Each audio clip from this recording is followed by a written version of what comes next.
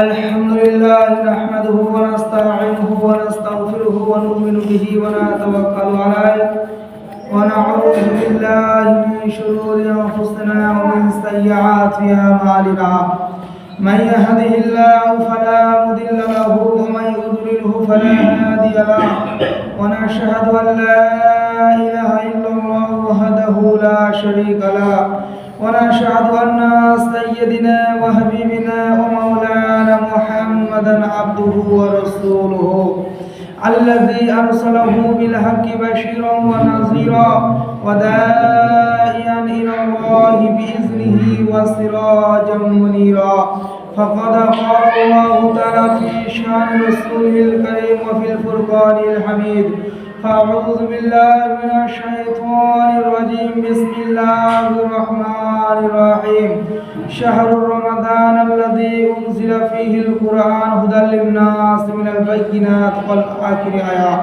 وقال النبي صلى الله تعالى عليه وسلم في حديث الشريف خيركم من تعلم القرآن وعلمه إلى آخر حديث وقال النبي صلى الله تعالى عليه وسلم أو كما قال عليه الصلاة والتسليم الحمد لله সমস্ত প্রশংসা করুণাময় রব্বুল আলামিনের জন্য যিনি একক ও দ্বিতীয় লা শরীকা লাহ তারপরে শান্তি ধরা অগণিতভাবে পরিচিত বর্ষিত কামিলা লাল মুরুদুলাল সরওয়ারে কায়নাত ফখরে মওজুদার আহমদে মুখতার মুহাম্মদ সাল্লাল্লাহু তাআলা আলাইহি ওয়াসাল্লামের উপরে আজ শাবানুল মুআজ্জম মাসের শেষ জুমা কোরআন কারীম থেকে যে আয়াতে কারিমা তেলাওয়াত করেছি মারুফ ও মাশহুর আয়াতে কারিমা তার উপরে ভিত্তি করে আলোচনা আজকের বিষয় হবে। আজ শাবানুল মুআজ্জম মাসের শেষ জুমায় যে খুতবা পাঠ করা হবে সেই খুতবার দিকে লক্ষ্য রেখে কোরআন কারীমের আয়াত তেলাওয়াত করেছি। শাহরুর রমাদান আল্লাযী উনজিলা ফীহিল কুরআন আল্লাহ তাবারক তাআলা জাল্লে শানহু বললেন যে আমি আল্লাহ তাবারক তাআলা রমজানুল মুআজ্জম মাসে রমজানুল মুবারক শরীফ মাসে কোরআন কারীম অবতীর্ণ করেছি। রাসূল পাক সাল্লাল্লাহু তাআলা আলাইহি ওয়াসাল্লাম যে হাদিস বর্ণনা করেছেন খায়রুকুম মান তাআল্লামাল কুরআন ওয়া আল্লামাহু, যে হাদিসের শব্দ এসেছে যে ব্যক্তি উত্তম ওই ব্যক্তি সবচাইতে বেশি দামি যে নিজে কোরআন কারীম তেলাওয়াত করে এবং অপরকে সে তেলাওয়াত করার আশ্রয় উৎসাহিত করে বা সহযোগিতা করে। তো আজ কোরআনে কারীমের মহত্বতা, কোরআন কারীমের যে গুরুত্ব, কোরআন কারীমের যে ফজিলাত, কোরআনে কারীমের যে মর্যাদা আল্লাহ তাবারক তাআলা জাল্লে শানহু দিয়েছেন সেই সম্পর্কে আজ আলোচনার বিষয়টা আমরা বুঝতে পেরেছি।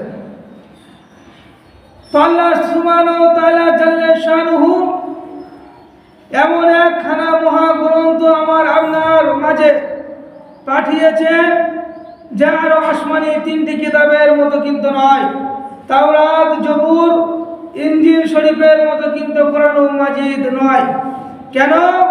কোরআন মাজিদ আল্লাহ তাবারক তাআলা শুরুতে তিনি বর্ণনা করেছেন জালিকাল কিতাবুল লা রাইবা ফি হুদাল লিল মুত্তাকিন, এই কিতাবের ভিতরে কোনো সন্দেহ নাই, হুদাল লিল মুত্তাকিন এবং মুত্তাকিনের জন্য হিদায়াত একটি সঠিক ও সরল পথ। কেন?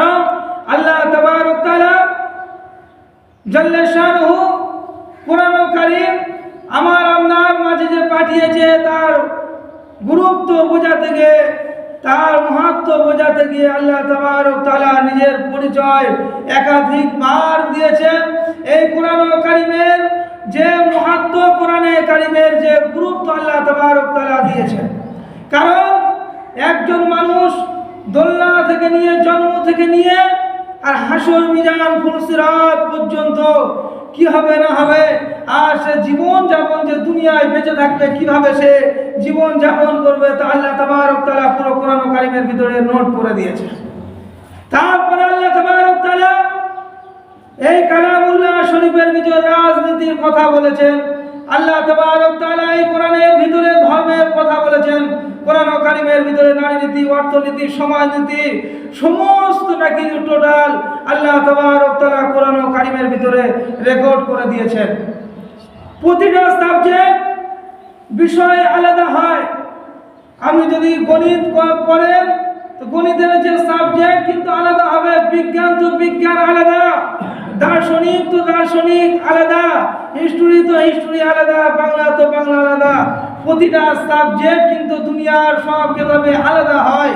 কিন্তু আল্লাহ তাবারক তাআলা কোরআনে সূরা ফাতিহা থেকে নিয়ে সূরা নাসের নাস পর্যন্ত আল্লাহ তাবারক তাআলা পুরো টোটাল পৃথিবীর কায়নাতের শুরু থেকে নিয়ে শেষ পর্যন্ত আল্লাহ তাবারক তাআলা রেকর্ড করে দিয়েছে কিভাবে পৃথিবী পরিচালনা করা হয়, পরিচালিত হয়। তো আল্লাহ তাবারক তাআলা আমাদের উপরে বড় ইহসান করেছেন।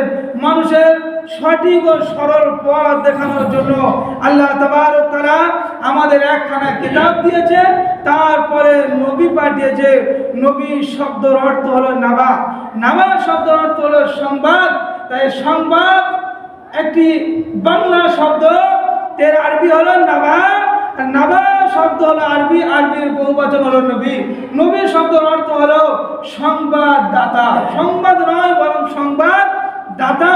তো আল্লাহ তাবারক তাআলা আমার আপনার মাঝে কোরআন কারীম মহাগ্রন্থ পাঠিয়ে দিয়ে এবং সংবাদদাতাকে পাঠিয়ে দিয়েছে, যা তোমরা সংবাদদাতার কথা মেনে নাও।